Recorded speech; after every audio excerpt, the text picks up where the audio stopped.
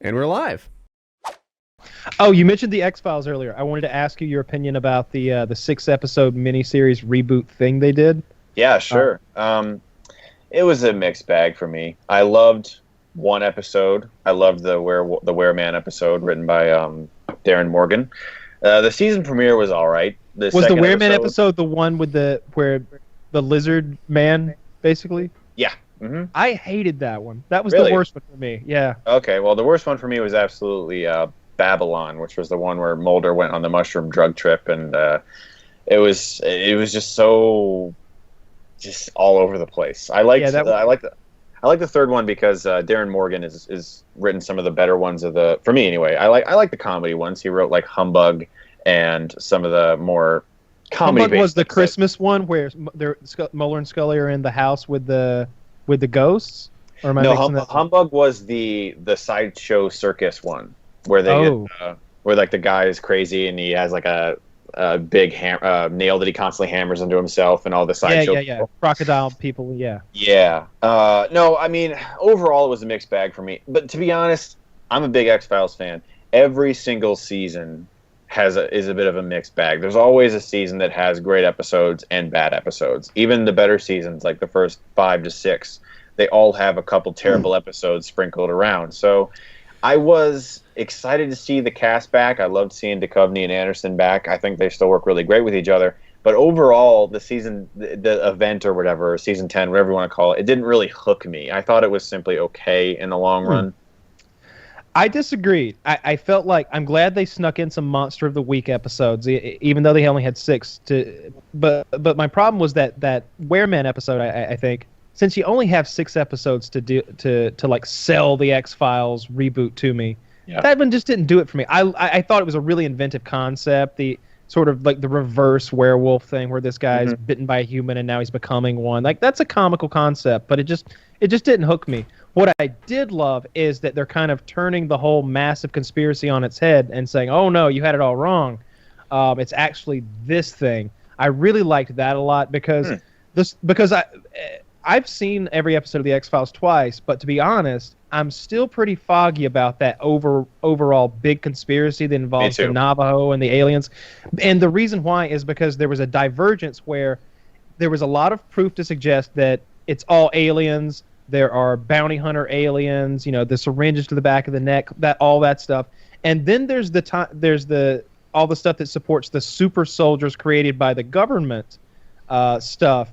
And I never knew which was which, but I guess now we do, and I like that. I like the mystery with Mulder and Scully's child out there. I think he's the one piloting that ship at the very end. I think he's coming to pick him up.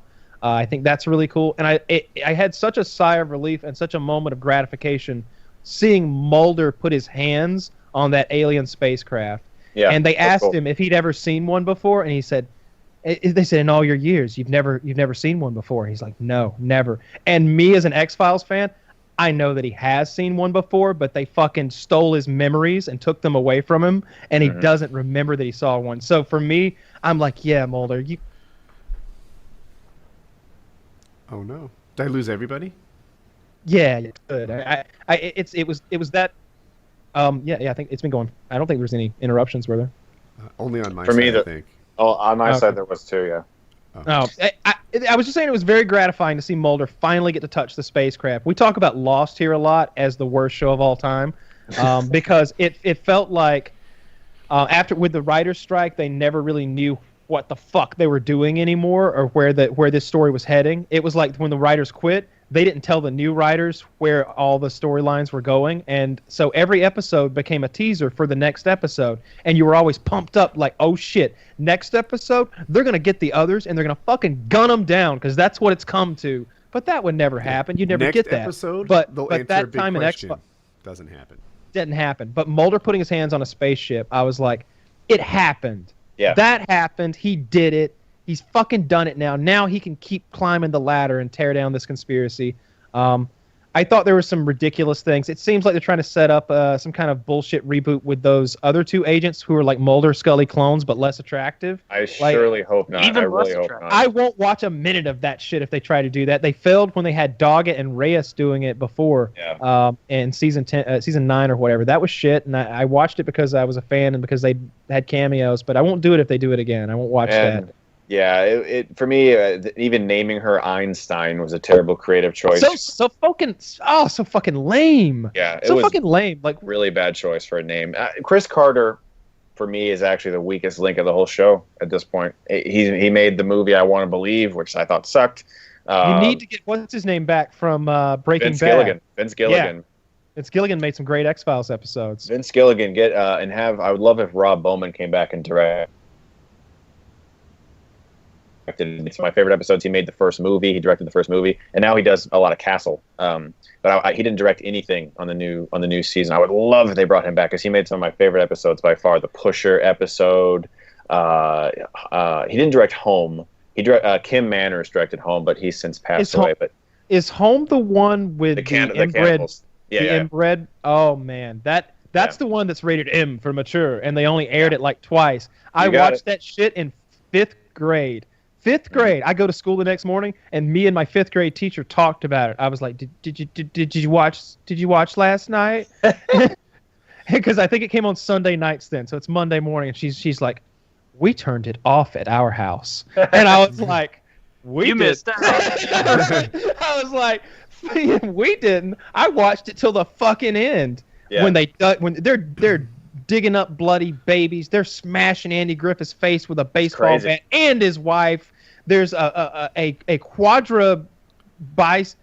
no arm, no legged woman being slid under furniture and slid out when it's time to be fucked by all of her mutant sons at the same time, so they can make some sort of triple spermazoid mutant baby that'll be pure. It is dark. It's great shit, man. It's great shit. I would love a season of episodes of that level. I like. Of course you would. You're from Georgia. That's your kink. Yeah, absolutely. We get down with it down here, little motherfucking. You do what you got to do. Them boys don't look like they too pretty. I ain't gonna get going to the dance picking no ladies up. They looked hideous. That was the other thing. They're so inbred and mutated. They're inhuman. Like Hills Have Eyes people. They are like Hills Have Eyes people. Yeah, watch that episode if you're out. Fucked up. I've had to search it 2 or 3 times to like find that episode because that's the one I like to show people as their first X-Files episode. Yeah. Because it kind of like pushes them off the cliff, and then it's like, okay, now let me show you what the show's actually about and the big overarching storyline with the mini ones in between and Monsters of the Week and all that shit. But Home is a dark, dark episode, and it's one of my. Definitely.